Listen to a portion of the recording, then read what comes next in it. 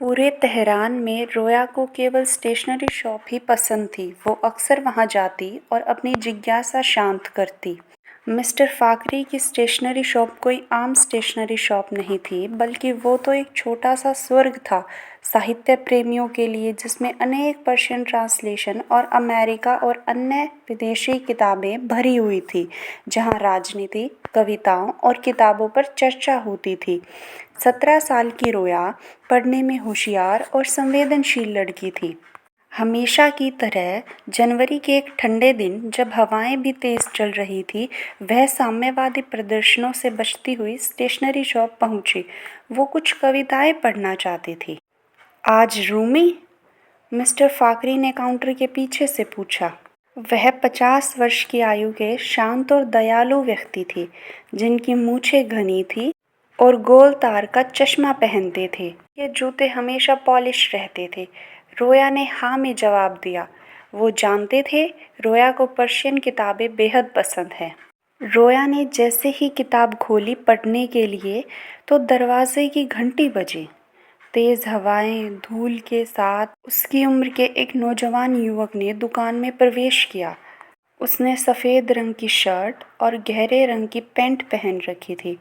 उसके बाल घने काले थे, हवाओं से उसके गाल लाल हो गए थे। वह एक ऐसी धुन बजाता हुआ अंदर आया जो उदासी और लालसा से भरी थी। यह किसी भी ऐसी चीज़ से अलग थी जो उसने आज से पहले कभी सुनी थी, और उसकी चाल और आत्मविश्वास से भरी नज़र के साथ बिल्कुल मेल नहीं खा रही थी। मिस्टर फाकरे की नज़र उस पर पड़ी और वो जल्दी से काउंटर के पीछे पीछे से कागज़ों का एक बंडल लाए और उस व्यक्ति के हाथ में थमा दिया, मानो जैसे पूरे दिन से वो उसी का इंतज़ार कर रहे हों। लड़के ने धुन बजाना बंद कर दिया और जेब से पैसे निकालकर मिस्टर फाकरी को दिए और वहाँ से चल दिया। दरवाजे के पास पहुंचकर वो वापस मुड़ा और बोला, मैं सौभाग्यशाली हूँ जो तुमसे मिला। रोया ने उसके जाने के बाद पूछा, कौन था वो? मिस्टर फाकरी ने जवाब दिया, मेरी बच्ची, वो भामन असलन था। ये वो बच्चा है जो दुनिया बदलना चाहता है।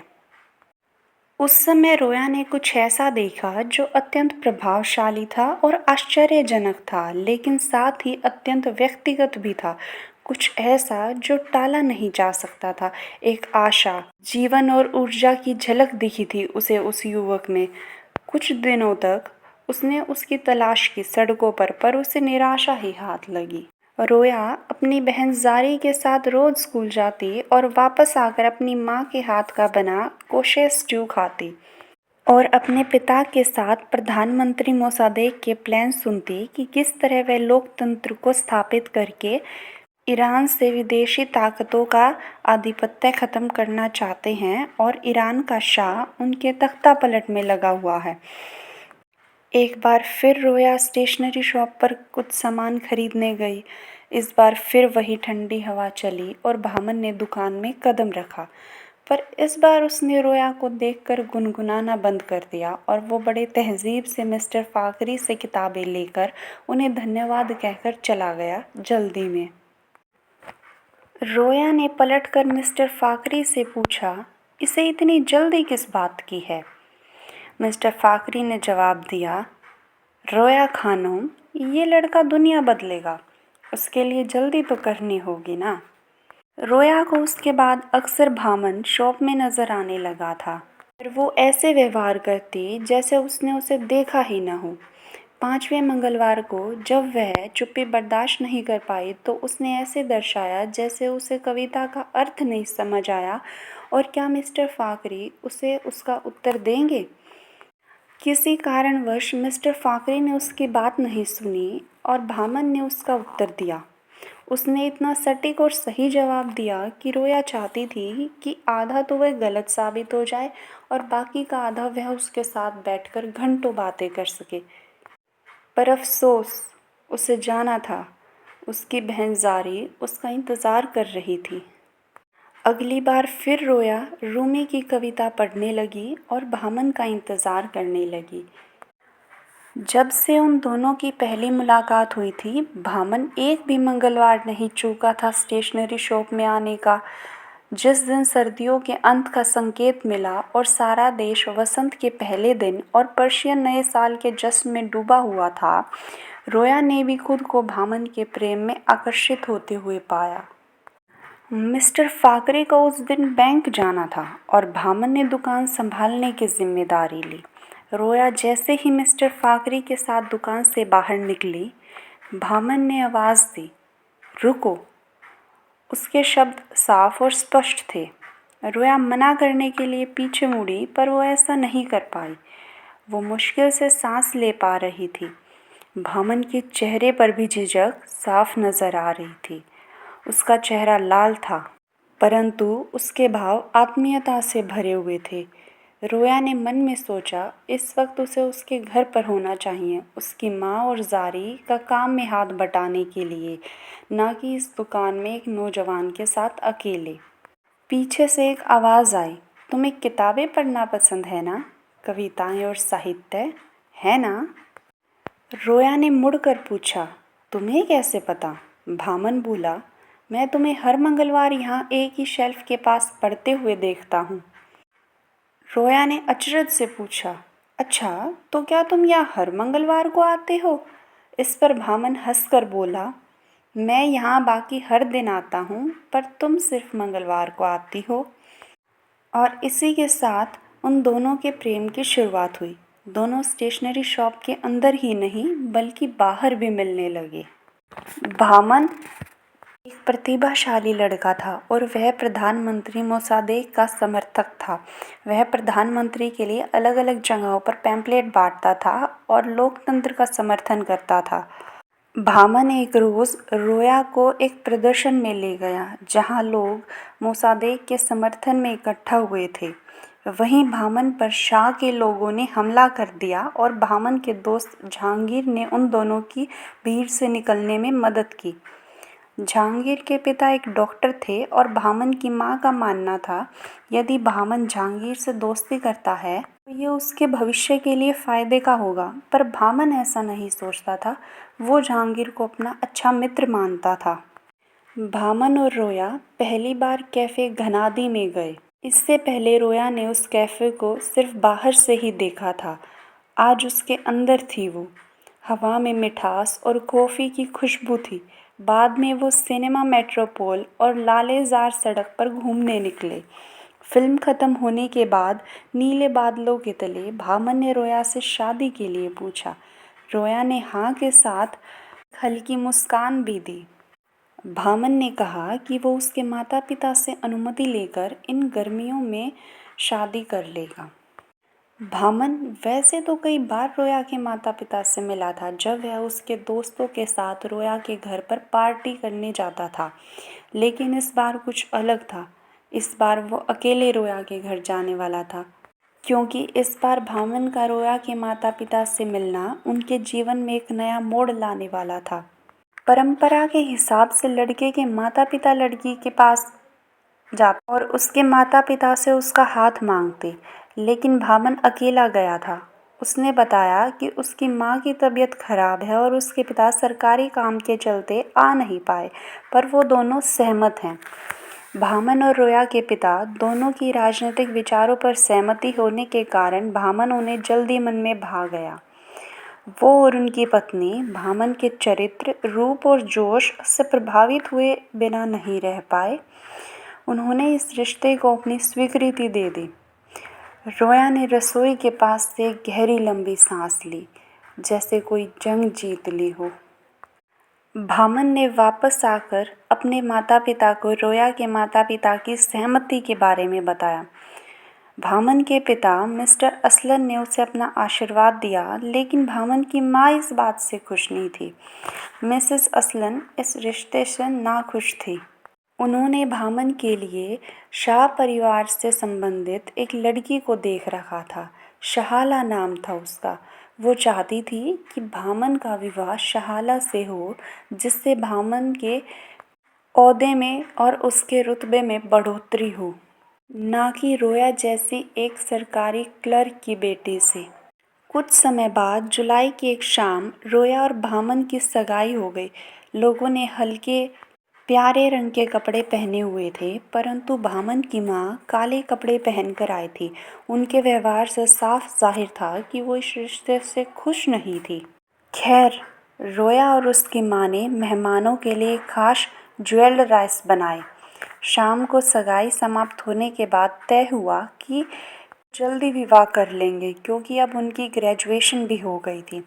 अब वो दोनों औपचारिक रूप से जोड़े के तौर पर पार्टियों में जाने लगे। जहांगीर के घर उसकी थीम पार्टी के लिए भामन और ज़ारी ने महीनों रोया को टैंगो डांस सिखाया था, जो पारंपरिक पर्शियन डांस से बिल्कुल अलग था। रोया की ये खुशियाँ ज़्यादा दिन नहीं रही। अचानक भामन कहीं गायब हो गया। रोया उसके घर भी गई, पर वहाँ कोई नहीं था। रोया को समझ नहीं आया कि आखिर भामन उसे बिना बताए कहाँ चला गया। जहांगीर से मिलने गई रोया को पता चला कि शायद वो अपने परिवार के साथ नॉर्थ में बने उनके विला में चला गया होगा, देश में बढ़ती अराजकता के कारण, और जल्दी वापस आ जाएगा। कुछ और दोस्तों का मानना था कि शायद भामन शाह के खिलाफ प्रदर्शन कर रहा था, तो कहीं इस कारण जेल में ना हो इस वक्त। रोया की चिंता बढ़ने लगी और वो मिस्टर फाकरी से मिलने पहुंची। उसने भामन के बारे में उनसे पूछा, क्योंकि वो क्रांतिकारियों के लिए पैम्पलेट की कॉपी के बंडल सप्लाई करते थे, तो भामन उनके संपर्क में ज़रूर होगा। मिस्टर फाकरी ने सहजता से उत्तर दिया, भामन किसी काम के चलते व्यस्त है मेरी बच्ची। तुम अगर चाहो तो मैं उसे तुम्हारे पत्र दे सकता हूँ। वसंत में पेस्ट्री शॉप पर जाना, साथ में घूमना, उनकी एंगेजमेंट पार्टी, सब मध्य गर्मियों में केवल किताबों में छिपे पत्रों में सिमट कर रह गया था। मिस्टर फाकरी से मिले आखिरी पत्र में भामन ने रोया से मिलने की गुजारिश कर उसे मुराद के 28वें दिन बुधवार को 12 बजे सेपा स्क्वायर के चौराहे पर आने के लिए कहा। वहाँ से मैरिज और डाइवोर्स के ऑफिस में जाकर वो अपनी शादी रजिस्टर करवाकर सुकून के साथ रहेंगे, ऐसा उसने कहा। वो उसका इंतज़ार करेगा। लेकिन नियति को कुछ और ही मंजूर था। 15 अगस्त 1953 को कर्नल नसीरी ने प्रधानमंत्री के खिलाफ सैनिक विद्रोह छेड़ दिया, पर वो इसमें नाकामयाब रहा और प्रधानमंत्री ने स्थिति को संभाल लिया। लेकिन ये ज़्यादा दिन तक नहीं रहा। रोया जिस दिन भामन से मिलने घर से निकली, उस दिन फिर से विद्रोह शुरू हुआ और सेपा स्क्वायर पर विद्रोहियों की भीड़ सशस्त्र प्रधानमंत्री के निवास की ओर कूच करने लग रही थी। रोया इस सब को देखकर घबरा गई, क्योंकि वो वहाँ भामन का इंतज़ार कर रही थी, जो अभी तक नहीं पहुँचा था। अचानक भीड़ में उसका हाथ किसी ने खींचा। उसने पलट कर देखा। वो मिस्टर फाकरी थे। रोया ने चिल्लाकर कहा, मुझे सिर्फ भामन को ढूंढना है। मिस्टर फाकरी के कुछ कहने से पहले ही एक गोली उनके सीने में आ लगी और उनकी मौत हो गई। रोया इस सब से काफ़ी सदमे में चली गई। उसे कुछ समझ नहीं आया कि उसके और मिस्टर फाकरी के साथ आखिर हुआ क्या। रोया जब वापस आई तो उसने देखा कि उसके परिवार के सभी सदस्य सो रहे थे। वो चुपचाप अपने कमरे में चली गई। उन्होंने जब उससे पूछा कि क्या हुआ, वो बस इतना ही कह पाई कि भामन नहीं आया, और वो महीनों तक अपने घर में ही रही, अपने कमरे में। इस सदमे को बर्दाश्त नहीं कर पाई। उसकी तो जैसे दुनिया ही ख़त्म हो गई थी। उसके और भामन के बीच की कड़ी मिस्टर फाकरी भी अब नहीं रहे थे। ज़ारी गुस्से में बोली, मैंने कहा था ना पहले ही कि दुनिया में सबसे खराब बात है उस व्यक्ति से प्रेम करना जो राजनीतिक प्रेम में पड़ा हो। वो दोनों माँ बेटे तुम्हारे लायक ही नहीं है रोया, भूल जाओ उन्हें। रोया के पिता ने निर्णय लिया कि वो अपनी दोनों बेटियों को अंग्रेज़ी शिक्षा ग्रहण करने के लिए अमेरिका भेजेगा, ताकि वो साइंटिस्ट बन सकें। रोया ने निर्णय लिया कि अब वो पीछे मुड़कर नहीं देखेगी और फिर किसी के प्रेम में अपना जीवन बर्बाद नहीं करेगी। एयरपोर्ट जाते वक्त रोया के पिता ने एक लंबा रास्ता लिया, ताकि एक आखिरी बार रोया और ज़ारी तेहरान को देख सकें, जहां वो पली बड़ी हैं, जहां उन्होंने अपने जीवन के 17 वर्ष दिए हैं। कैलिफोर्निया का जीवन रोया और ज़ारी के लिए नया था। एक कैफ़े में हुई मुलाकात में अचानक रोया की ज़िंदगी पलट गई। वॉल्टर से एक टक्कर ने उसके जीवन को एक नया अध्याय, एक नया ज़रिया दिया जीने का।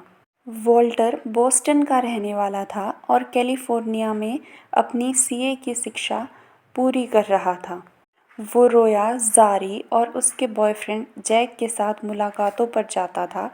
एक शाम रोया ने वाल्टर को ईरान के मशहूर ख़ोरेश बंदे-मज़ान की दावत पर बुलाया। वॉल्टर ने खाना बनाने में रोया की मदद की। वो काफ़ी सलीके से काम कर रहा था। खाने के बाद उसने रोया के सामने शादी का प्रस्ताव रखा, जिस पर रोया ने बिना विचार किए हाँ कह दिया। वहीं ज़ारी ने अमेरिकन जैक से शादी कर ली। दोनों बहनों का जीवन गृहस्थी की ओर चल पड़ा। रोया के जीवन में वॉल्टर ने प्रेम और अपनापन भर दिया, पर वहीं दूसरी ओर रोया के कुछ अंश अभी भी अपने अतीत में अटके थे। उसका मन अभी भी भामन के लिए था। उसके और भामन के बीच की कड़ी था जहांगीर, जो कभी कभी उन्हें फ़ोन पर भामन की खबर देता। उसने बताया कि भामन ने शाहला से शादी कर ली, उसकी माँ की पसंद की लड़की, और उनके जुड़वां बच्चे हैं। रोया और वॉल्टर के जीवन में भी 4 साल बाद एक बेटी का जन्म हुआ, मैरीगोल्ड। वो ज़्यादा वक्त रोया का साथ नहीं दे सकी और 1 साल की उम्र में ही दुनिया से चली गई। और इसी के साथ एक बार फिर रोया के जीवन में खालीपन घर कर गया। काफ़ी लंबे अरसे के बाद उसे बेटे का सुख मिला। रोया को वॉल्टर के परिवार से अपनापन और स्नेह मिला, जो भामन की माँ उसे कभी न दे सकी थी। 2013 आ चुका था। हर कोई जीवन में आगे बढ़ गया था सिवाय रोया और भामन के। रोया एक दिन कैलिफोर्निया की सड़कों से गुजर रही थी। वहाँ उसे एक स्टेशनरी शॉप दिखाई दी। वो खुद को रोक नहीं पाई और उसके अंदर चली गई। उसने देखा कि शेल्फ रूमी की किताबों से भरे हुए थे। अंदर भामन का बेटा उस दुकान का मालिक था। उसने बताया कि ईरान की अब पहले से भी बदतर स्थिति हो चुकी है और वो अपने परिवार और पिता के साथ कैलिफोर्निया शिफ्ट हो गया। उसने रोया को डक्स्टन सीनियर सेंटर का पता दिया, जहां भामन था। 76 वर्ष की रोया भामन से मिलने और अपने प्रश्नों का उत्तर जानने के लिए सेंटर में पहुंची। अंदर जाकर उसने देखा कि व्हीलचेयर पर एक आदमी बैठा है। वो बोला, तुमने आने में इतनी देर क्यों कर दी? मैं कब से तुम्हारा इंतज़ार कर रहा था, तुम उस दिन भी नहीं आई। रोया बोली, तुम्हारी याददाश्त ज़्यादा कमज़ोर हो गई है भामन। उस दिन तुम मुझे बुलाकर नहीं आए थे। भामन परेशान हो गया और बोला, रोया जान, मेरी भले ही याददाश्त कमज़ोर हो गई और मैं कभी कभी बातें भी भूल जाता हूँ और दवाइयाँ लेना भी, पर उस दिन का वाक़या मुझे रूबरू याद है। मैं भारिस्तान स्क्वायर पर तुम्हारा इंतज़ार करता रहा, पर तुम नहीं आई, और फिर तुम्हें भुलाने के लिए मैंने शाहला से शादी कर ली। मुझे तुम्हारा पत्र मिला था, जिसमें लिखा था कि तुम मेरी माँ का ख्याल नहीं रख सकती। मैं तुम पर जोर नहीं डाल सकता था। मैं तुम्हें उस दिन से लेकर आज तक याद करता हूँ। शाहला ने मेरे परिवार का बहुत अच्छा ध्यान रखा, पर वो तुम नहीं थी रोया। ये सुनकर रोया हैरान हो गई और बोली, क्या तुमने तो मुझे सेपा स्क्वायर पर आने के लिए कहा था। भामन समझ चुका था कि उनके बीच गलतफहमियां अब साफ होती जा रही हैं। उसने बताया कि मेरी माँ ने मुझे धमकी दी थी कि अगर मैं तुमसे शादी करूँगा तो वो खुद की जान ले लेंगी। मैं कुछ दिनों के लिए बेबसी महसूस कर रहा था और फिर मैंने अंत में निर्णय लिया कि मैं तुमसे ही शादी करूँगा। उनकी मनमानी के चलते मैं ज़िंदगियाँ बर्बाद नहीं कर सकता, पर होनी को कौन टाल सकता था। मेरी माँ अपनी डिप्रेशन के चलते मन की शांति के लिए कैलीग्राफी सीखती थी। उन्होंने उसी कैलीग्राफी का इस्तेमाल हमारे पत्र बदलने के लिए किया। मिस्टर फाकरी के हाथों हमारे पत्रों का बदलाव करवाकर सारी नियति ही बदल दी। मिस्टर फाकरी, जो मजबूर थे मेरी माँ के अतीत के क्षणों के कारण, जिसका वो प्रायश्चित करना चाहते थे, इस कार्य को मना नहीं कर पाए, पर शायद उनकी अंतरात्मा इसके लिए गवाही नहीं दे रही थी। उस दिन वो सेपा स्क्वायर पर तुमसे मिलने आए और तुम्हें सच बताने की कोशिश करने लगे, इतने में उन्हें गोली लग गई और हमारी कहानी का अंत हो गया। रोया और भामन सच जानकर अतीत में तो नहीं लौट सकते थे, पर उन्हें यह जानकर सुकून मिला कि उनका प्रेम सच्चा था और वो एक दूसरे के प्रति हमेशा ईमानदार और वफादार थे। भामन ने अपने जीवन की अंतिम सांसें हॉस्पिटल के उस बेड पर ली जिस पर रोया उसके साथ बैठी थी, और उसने उसे अपना सानिध्य प्रदान किया। उसने भामन को माफ़ कर दिया था, और अंत में रोया ने भामन की शोक सभा में उसके बच्चों से मिलकर महसूस किया कि वाकई में उस 17 साल के नौजवान लड़के ने अपने बच्चे और बहुत से लोगों की जिंदगियां बदल दी थी। रोया ने सच जानकर शांति की सांस ली।